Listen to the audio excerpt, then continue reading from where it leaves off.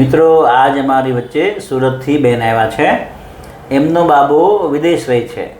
એમના બાબાને ખ્યાલ આવ્યો કે અહીંયા કોઈ સુરતમાં જીવન દર્શન NDS સેન્ટર ચાલે છે, ત્યાં શરીરની શુદ્ધિ કરી અને બધા રોગોથી મુક્ત જિંદગી જીવાય છે.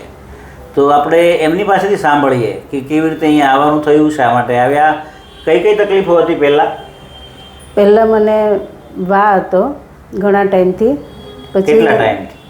ઘણા એટલે મારા છોકરા નાના હતા ત્યારે તો સારો આવી ગયો હતો વા. એમ ખાટલામાં જ હતી હું. 25-30 વર્ષ થયા? 25 વર્ષ તો થયા હશે. ત્યારે હું થોડું ખાટલા જેવું જ હતી કે મને ઊભી કરવી પડતી હતી. Bed rest? હા. અને ઊભી કરીને થોડીક વાર ચાલવામાં તો પકડવું પડે, ત્યારે આમ સરખું ચાલી શકતી હતી. પછી આમ જરાક દિવસ જાય પછી આમ થોડે ધીમે ધીમે ચાલી શકતી હતી. બાકી આખો દિવસ તો મારી જાતે હું આમ નહોતું વર્કિંગ, ઓછું થતું હતું મારાથી. અને પછી દવા લીધી તો થોડોક ટાઈમ દબાઈ ગયું હતું, પણ પાછું મને થયું હતું વાવાળું. અને બીપી હતું. બીપી મને 10-12 વર્ષથી હું બીપીની ગોળી ખાતી હતી, પણ હમણાં આજે 10-12 દિવસથી અમે લીધી નથી, પણ કંઈ અસર એવી લાગતી મને નથી. સારું છે. રોજ બીપી માપીએ તો કેવું આવે છે? રોજ બીપી માપે તો નોર્મલ જ આવે છે મારું બીપી. અને વામાં શું તકલીફ થતી શરીરમાં? વામાં મને સાંધો જ દુખતો હતો કે હું લોટ નહીં બાંધી શકતી, પાણીનો ગ્લાસ નહીં પકડી શકતી, કચરો નથી વાળી શકતી, પીછી પકડાઈ નહીં, એવું બધું કંઈ હાથનું કામ ઓછું થતું હતું મારાથી. અને ચાલવામાં પ્રોબ્લેમ રહેતો હતો કે હું ચાલી નહોતી શકતી, એમ જોઈએ પગલાં બદલી નહોતી શકતી. ઘૂંટણમાં તમે કીધા અવાજ આવે કટકટ? હા, ઘૂંટણમાં અવાજ આવતો. મને 2 જગ્યાએ બતાવ્યું, ત્યાં એવું કીધું તો તમારે ઢીંચણ બદલાવવા પડશે એમ, અને થોડા ટાઈમ જ બદલાઈ કાઢો એવું પણ કીધું હતું મને. પછી મારા છોકરા લોકો એવું કીધું કે આ જે કુદરતી છે એ કુદરતી પહેલાં છે એ પહેલાં, તો તમે થોડોક ટાઈમ રાહ જુઓ, એમ કે તાત્કાલિક નથી કરાવવું આપણે. તો એ રાહ જોયા પછી મારા બાબાના ફ્રેન્ડ છે અને મમ્મી, આ બાબોને ફ્રેન્ડ 2 કેનેડા રહે છે, તો હમણાં એના મમ્મી ત્યાં ગયા છે. તો એને જોયા તો એવું કીધું કે આંટી તમે તો બહુ બોડી ઉતારી કાઢી છે એમ.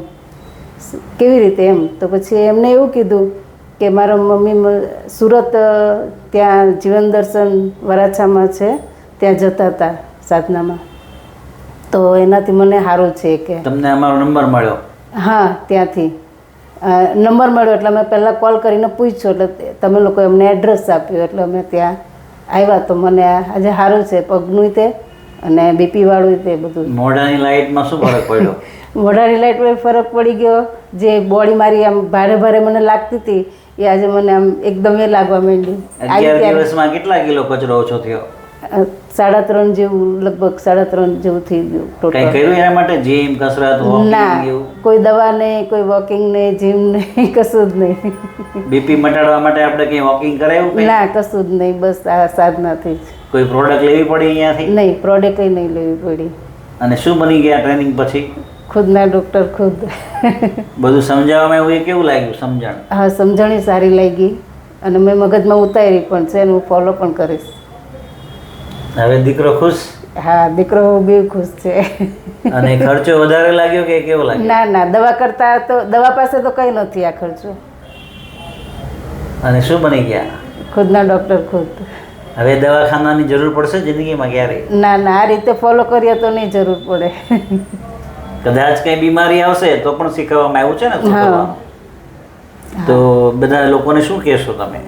કે જવા જેવું છે એમ. હું તો જઈ આવી છું, મને સારું છે ને હું ફોલો પણ કરીશ, તો એ રીતે હું રહીશ તો મને સારું રહેશે. તો હું તમને કહું છું તો એક વખત મુલાકાત લેવી જરૂરી છે તમારી. જિંદગીમાંથી કેટલા ભ્રમ તૂટી ગયા? ઘણા તૂટી ગયા ભ્રમ તો.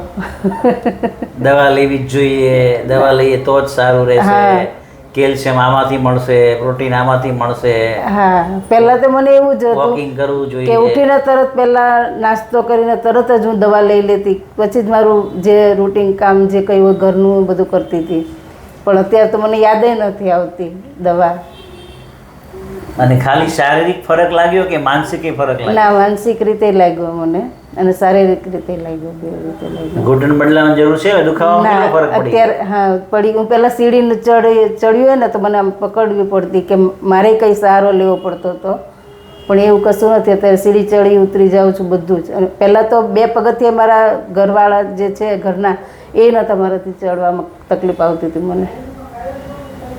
અને ચાલુ તો અવાજ ટીચરની અંદરથી આપણને ખુદને એટલો આમ કટક અવાજ આવે, આપણી બાજુમાં કોઈ ચાલતું એને અવાજ આવે કે તમારા ટીચરની અંદર અવાજ આવે છે એમ. તો જો મિત્રો 25 વર્ષ જૂનો વા સંધિવા જે આખા શરીરમાં હતો, 12 થી 15 વર્ષની બીપીની ગોળીઓ ચાલતી હતી, આ સિવાય ઘૂંટણમાં ઓપરેશન કીધેલું, આ કોઈ જરૂર ના પડી, ખાલી 11 દિવસમાં જ આટલું રિઝલ્ટ મળ્યું. અને હજુ તો એ આખું અમે સમજાવ્યું છે એ પ્રમાણે પૂરું કરશે, એટલે તે એટલી વારમાં તો કશું જ બાકી રહેશે નહીં. એટલો કોન્ફિડન્સ છે ને? હા છે. જિંદગીમાં ડૉક્ટરની જરૂર પડશે ક્યારે? નહીં, આ રીતે ફોલો કરે તો નહીં પડે. તો જો આ જે પ્રાણીઓ, પંખીઓ, જીવડાઓ, માછલાઓ મસ્ત રહે છે, એમાં આપણે પણ આપણી રીતે મસ્ત રહી શકીએ. બસ ખાલી જરૂર છે એક સમજણની. એ સમજણ માટે તમારે અમારો સંપર્ક કરવો પડશે. આભાર, ધન્યવાદ. ફોન નંબર છે 93 757 23 40 8.